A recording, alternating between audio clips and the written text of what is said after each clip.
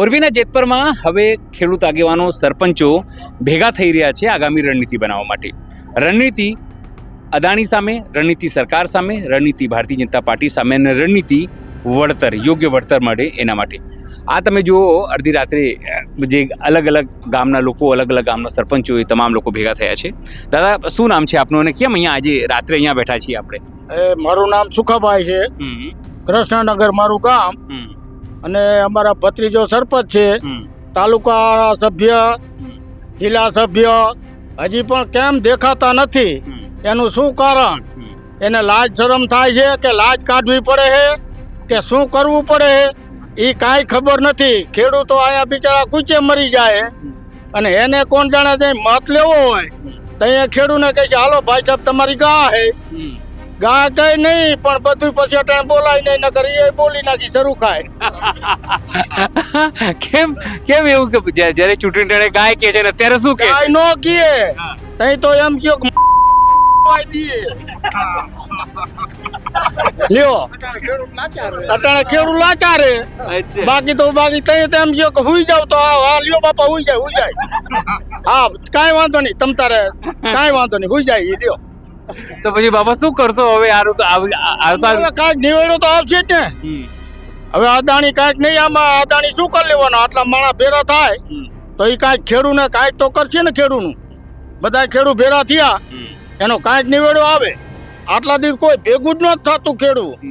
હવે તો એ ખેડૂત અદાણીની તો ઠોકી નાખવાના, માં નહીં પાણી તો માં અણાઈ જવાની. ખેડૂત હવે ગાંડા થયા, આટલાથી ગાંડા નહોતા. બાબુ, ખાલી એટલું કહો મને બાપા કે જે રીતે તમે લોકો રાત્રે અહીંયા ભેગા થવું પડે છે, આ સરકાર એવું કહે છે કે અમે ખેડૂતોની સરકાર છે. તમને લાગે છે ખેડૂતોની સરકાર? ખેડૂતની સરકાર છે. ખેડૂતની સરકાર શું હે? સરકાર કેદી સરકારે ભાવ કાંઈ દીધો? કોઈ દી આવ્યો અહીંયા ભાવ નથી દીધો? આ મરી ગયા એટલે 50 જણા 60 લાખ ના બી ઠોકી દીધા. મોદી બેનું કરતા હતા. શું કહે છે? બેનું ને તો નહીં જોડ્યું, નહીં બિચાર્યું. મોદી તો બેનું કરતા હતા ને. મોદી કહેતા હતા કે બહેનોને પત્ર લખજો, પોસ્ટકાર્ડ. આ તો આ બેનું ને નહીં જોડ્યું. આ શું કરવાનું? આ સરકાર રાખીને કરવી છે શું? તો શું કરવા? રાત્રે અહીંયા બેઠા છો, સરકાર તો છે 30 વર્ષથી. તે સરકાર જવાબ દે છે, ઝૂકશે, જખ મારીને ઝૂકશે. પેલા ઝૂકશે. ખેડૂત બધા એક થાય છે ને, જખ મારીને ઝૂકવી પડશે. આટલા દી નહોતા થતા, આટલા દી પટાલિયા, આયર, કોરી બધાય વણ ના હતા, અને હવે બધાય ભેરા થયા હે. અમે સાહેબ આયરના પેટના છે. આવી રીતે જો બેનું દીકરીઓ માથે આમ અત્યાચાર થાય ને તો અમે જીવવું ધૂળ થઈ જાય અમારું. અમે જોઈ ન હકી. બહુ દુખી છો આ સરકાર? હા. ગુસ્સો છે કે દુઃખ છે? અરે ગુસ્સો હોય છે ને દુખી હોય છે. થાંભલા આવે છે, અમારી મિલકત જાય. કઈ ટાઈમે કેડિયા બાંડિયા કેરીને અમારી આજીકા ટકાવી રાખીએ. અને એ અટાણે જો છીનવી લેતા હોય ને, જો ખાતેદાર હોય ને આપણને ન કરવા દેતા હોય તો એ કેટલી દર્દીઓનો કહેવાય. હવે જમીન છે એ આપણી માં છે, ખેડવા દીધી છે, અને કાંઈ મફત નથી દીધી. અમારા ઘરાણા વેચીને અમે પેદા કરી છે. અને હવે કહે કે આમાં તમારો અધિકાર નથી રહેતો એટલે શું? મરી જવાય, જીવાય નહીં. અને કાં અધિકાર લઈને આપણો જીવાય. પણ હવે શું કરશો? અહીંયા અડધી રાત્રે તો બધા ભેગા થયા. લડત આપશું સર. ખેડૂત બધા એક થાય છે. લડત આપવી છે સરકારને. સરકાર ઝુકાવવી છે. સરકાર આપણી જવાબ આપશે. આ ભૂપેન્દ્રભાઈ નથી સાંભળતા? ભૂપેન્દ્રભાઈ તો પોતે પટેલ છે. ભાઈ તો હાથો છે મોદીનો ને અમિત શાહનો હાથો છે. પેલા હું ગાંધીનગર 17 ફેરે ગયો. માજી સરપંચ હું કૃષ્ણનગરનો. અહીંયા જઈને મેં છોડે ધારે દીધેલું છે, અને મારા ગામમાં કીધેલું છે પેલા કોઈને નથી ચૂકવા દીધા. મેં ગામ છે મારું ખોબા જેવડું, પણ લડત આપી અમે. પણ અમે એકલા થઈ જાય. અમે 2011ની સાલમાં અમારે એક લાઈન નીકળી છે. અમને અઠવાડિયું ખાલી રાખ્યા. અમારા થાંભલાની લાઈન આવીને અઠવાડિયું અમે ટૂંકા પડતા હતા. એટલે અમને કાંઈ 2 લાખ કે 2.5 લાખ રૂપિયા દીધા. કાંઈ વળતરમાં કાંઈ નથી દીધું. એટલે અમારું હાલ્યું નહીં. પણ લીધા હે એ વાંધા સહિત લીધા હે. આજની તારીખમાં હાલે તો અમારે લેટર પેડ માથે લખીને દેવું છે. ખેડૂતે લીધા છે, 2-2.5 લાખ રૂપિયા લીધા, પણ વાંધા સહિત અમે ઉપાડ્યા છે. બાબુ કેમ તમે કહે છો એવું કે આ ચાવી છે ભૂપેન્દ્રભાઈ તે ચાવી નહીં તે શું હોય એ જે રમકડું છે એવું કહો. રમકડું નહીં ચાવી ને બધું હેઠે મારો દીકરો કાં તો મોદી કરતો હોય છે કેમ એવું કહો છો? એ શું ખબર હવે એ આપણને હા એમ મોદી આગળ બધા નીચા પડે મારા દીકરા એવું કેમ મોદી આગળ કેમ નીચા પડે છે બધા? શું ખબર પડે હવે કેમ નીચા પડતા હોય એ અહીંયા આમને ક્યાં ગયા હોય તેની આગળ તે બરાબર આ જેતપરની હાઈસ્કૂલ બની ને હાઈસ્કૂલ બની તેથી મોદી 7મા ક્રમે બેઠો હતો. હું તેથી આવ્યો હતો જેથી આ હાઈસ્કૂલ બનાવી ને તેથી એના ઉદઘાટનમાં હું આવ્યો હતો. મોદી 7મા ક્રમે બેઠો હતો SRSR નો મારણ RS નો એટલે તેથી કાંઈ સેમાય નહોતો.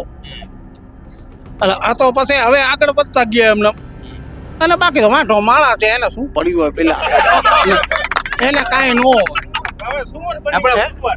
પણ એ તો એવું કે છે કે વિશ્વગુરુ બનાવી રહ્યા છે દેશને, વિશ્વગુરુ. એ તો વિશ્વગુરુ થયો પણ બીજાની તો માર થાય ગઈ ને હવે એ વાંઢો માણસ છે ને અમે 7-8 પેદા કર્યા છે એને શું ખવડાવું 7-8 પેદા કર્યા છે એને કઈ ખવડાવું ને એને ભૂખ્યા મારી નાખવા. હવે આ જમીન છીનવવા ઉભો થયો હે તો પછી હવે શું કરશો? સમજો આજે રાત્રે બધા યુવાનીઓ ભેગા આપજો અમારાથી થાય છે એટલી લડત આપજો અમે ખેડૂત ભેગા થઈને ખંભો મિલાવી લડત આપવી છે. જ્યાં જરૂર પડી ત્યાં જવા અમે તૈયાર થઈ પણ લડત આપવાના.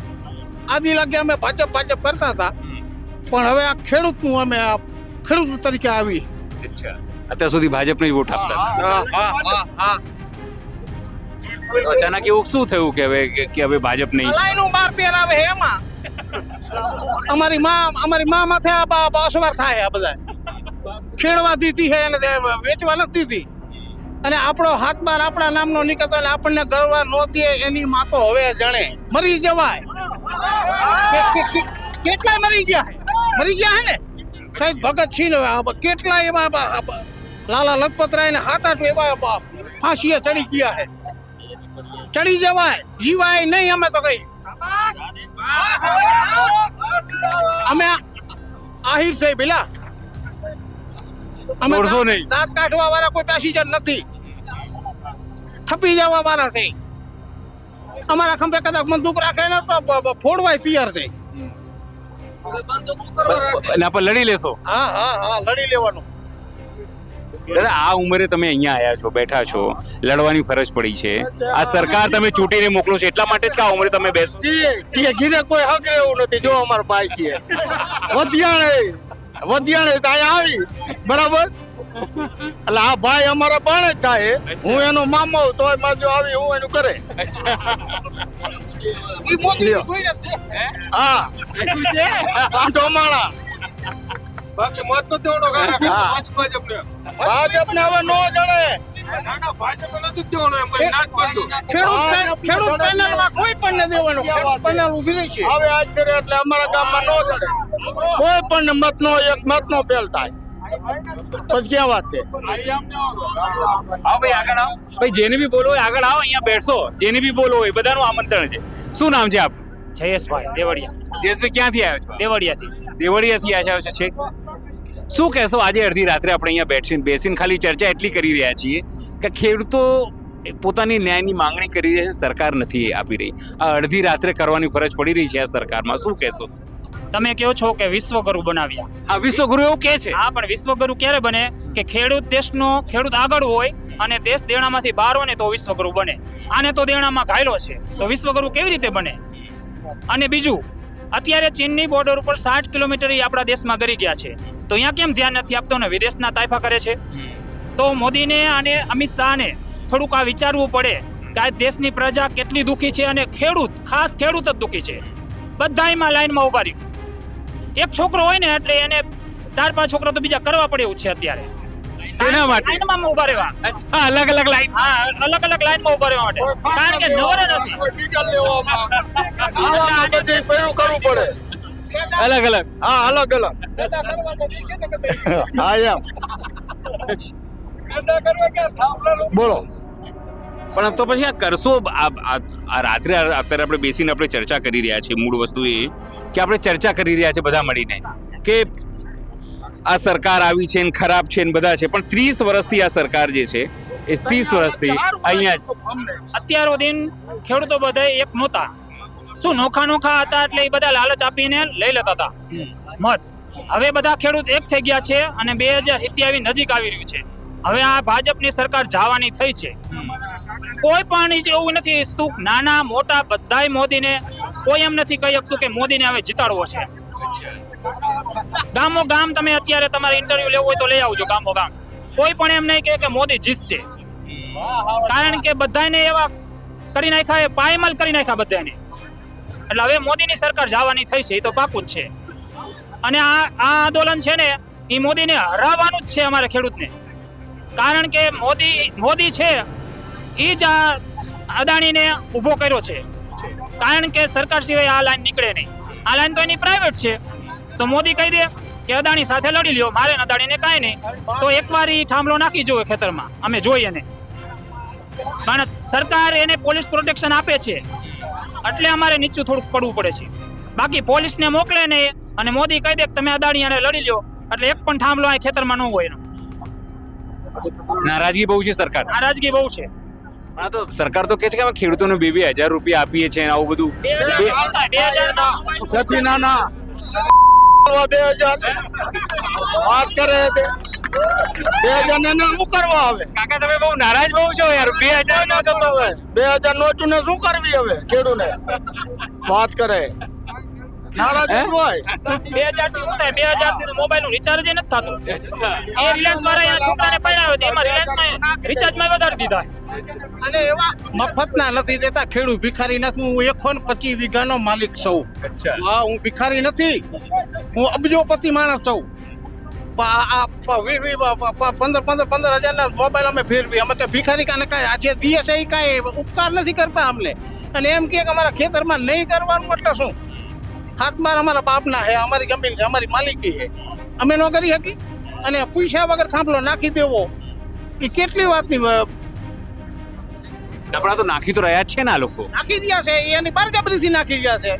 સરકાર એનું ખાતાવાળા દબવે છે, ખાતાવાળાને એને મંજૂરી આપેલી છે.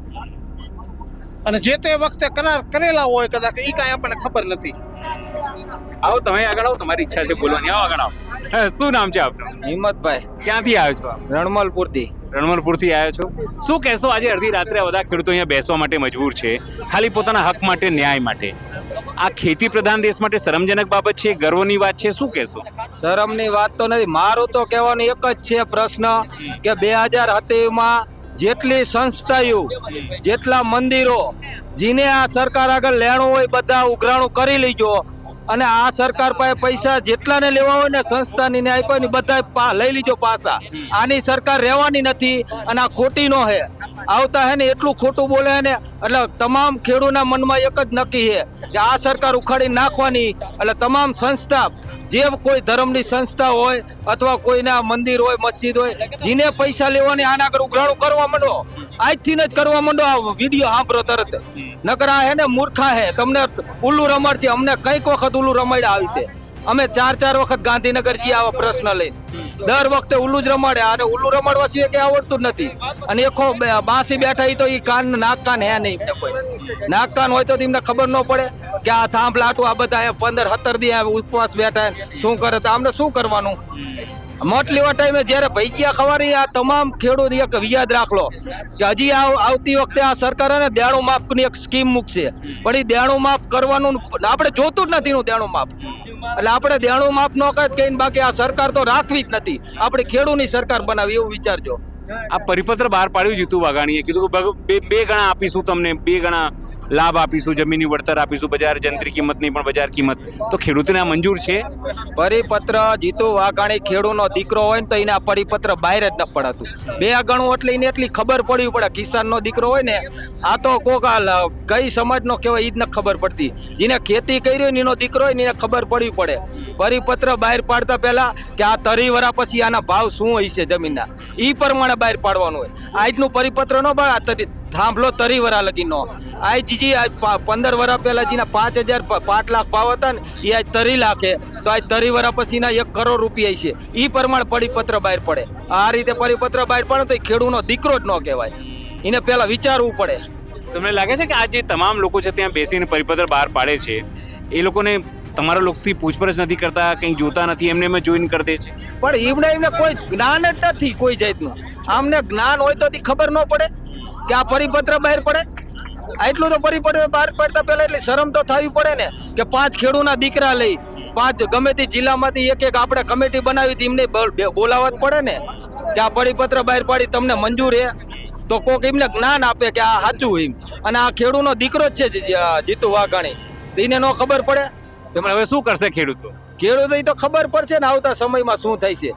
આવડા હવે એ આ વિપક્ષના માણા થાય છે. હા, એમને વિપક્ષમાં જ કામ સારું ફાવે, એટલે વિપક્ષમાં જ દેવારો તો મજા આવશે આવડામાં, સમજ્યા? જે રીતે આ તમામ ખેડૂતો અહીંયા રાત્રે અડધી રાત્રે બેઠા છે એ જરૂરથી એ લોકોની પીડા છે કે સરકાર ભાજપની છે ને સરકાર ભાજપના હવે વિરોધ થશે ભાજપનો, અને વડાપ્રધાનથી લઈને તમામ લોકોને તેઓ અત્યારે કહી રહ્યા છે કે સરકારને સૂઝતું નથી કે તેઓ કઈ રીતે પરિપત્ર બહાર પાડે, પણ એટલું જરૂર છે કે ખેડૂતોમાં અડધી રાત્રે પણ નારાજગી છે ભાજપને લઈને, સરકારને લઈને. સહયોગી વૈભવ સાથે અનિલ પટેલ, જેતપર, મોરબી.